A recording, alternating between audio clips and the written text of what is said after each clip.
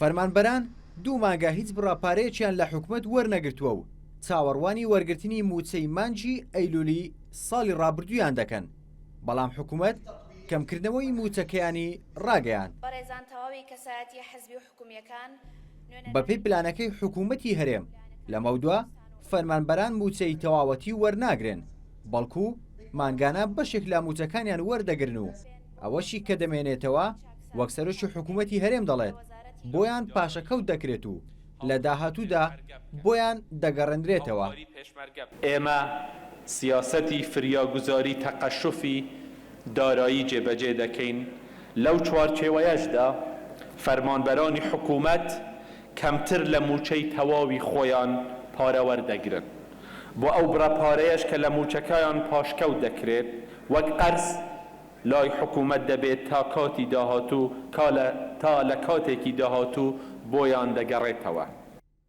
هاوڵاتیان و فەرمانبەرانی هەرێم ساڵی ڕابردوویان بە ساڵێکی پڕقەیران و خراپی داراییەوە بەڕێ کرد و پێشمەرگە قارەمانەکانیش ئەوە چاوەڕوانیانە لە بەوتەی سەرۆکی حکوومەت و جێگرەکەی ئەم ساڵیش ساڵێکی قورس دەبێت لە ڕووی داراییەوە، چونکە لە ئێستادا حکوومەتی هەرێم مانگانە 450 ملیار دینار کورتهێنانی هەیە لە بودجەدا، لە کاتێکدا تەنها بۆ موچەی فەرمانبەران مانگانە پێویستیان بە 850 ملیار دینار هەیە.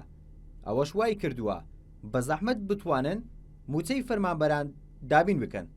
بە بەردەوامبوونی دابەزینی نرخی نەوت لە بازاڕی جیهان ڕۆژ بە ڕۆژ کورتهێنانی بودجەی هەرێمی کوردستان زیادەکە.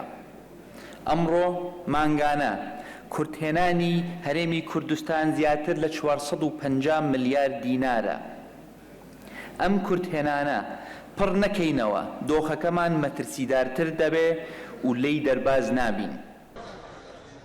ئەو بڕاپارەیی کە لە مەودووە مانگانە لە موچەی فەرمانبەران دەبڕدرێت بە وتەی سەرۆکی حکوومەتی هەرێم دەبێت با قەرز لە ئەستۆی حکوومەتی هەرێم و لە کاتێکی تردا بۆیان خەرز دەکرێتەوە.